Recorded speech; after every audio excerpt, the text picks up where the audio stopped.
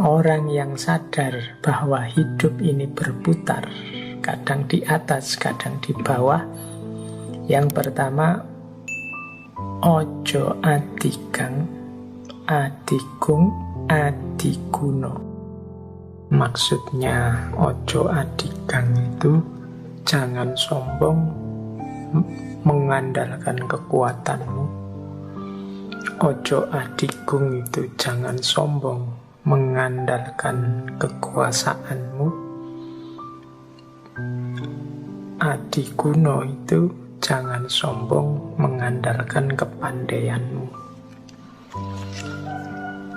Kekuatan, kekuasaan, kepandaian itu sesuatu yang kita miliki hari ini mungkin, tapi pada saatnya juga akan pergi. Tidak ada orang kuat selamanya, atau dia berkuasa terus-terusan selamanya, atau dia pinter terus, pinter dalam segala hal. Setiap kekuatan, setiap kekuasaan, setiap kemahiran, kepinteran ada batasnya. Dalam hal tertentu mungkin kita pinter, tapi dalam sangat banyak hal yang lain kita termasuk yang tidak tahu apa-apa.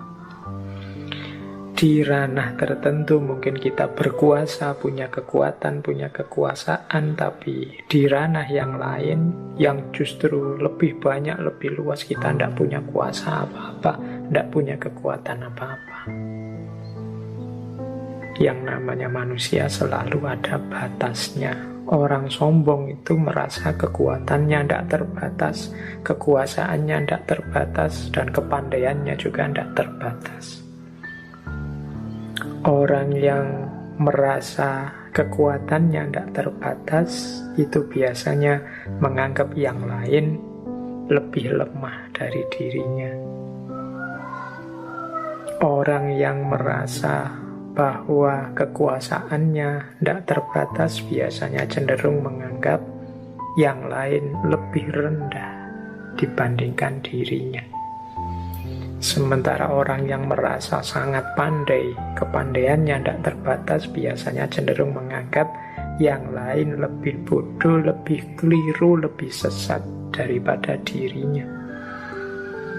Ini memanifestasikan orang yang tidak sadar bahwa hidup itu muter.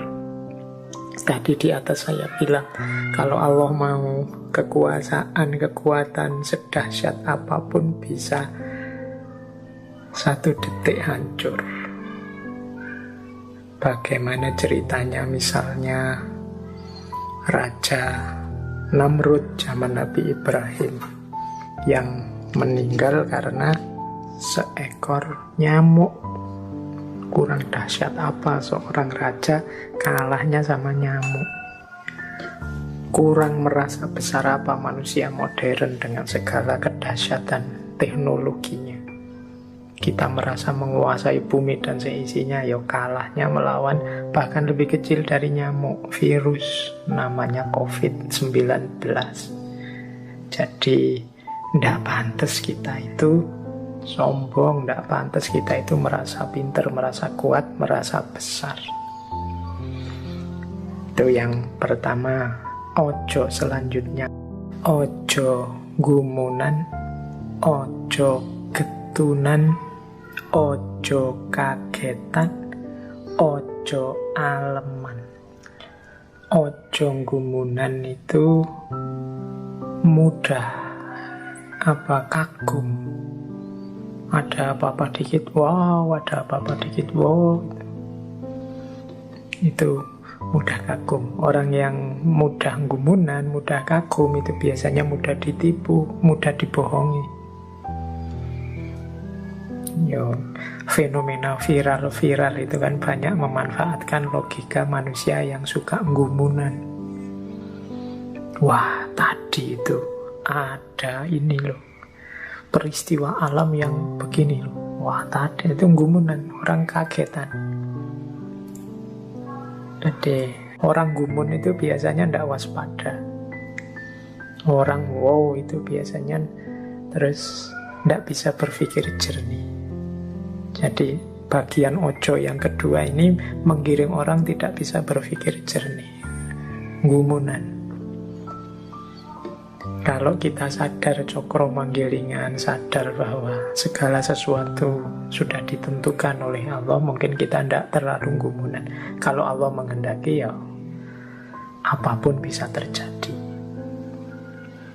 Yang kedua, ojo getunan.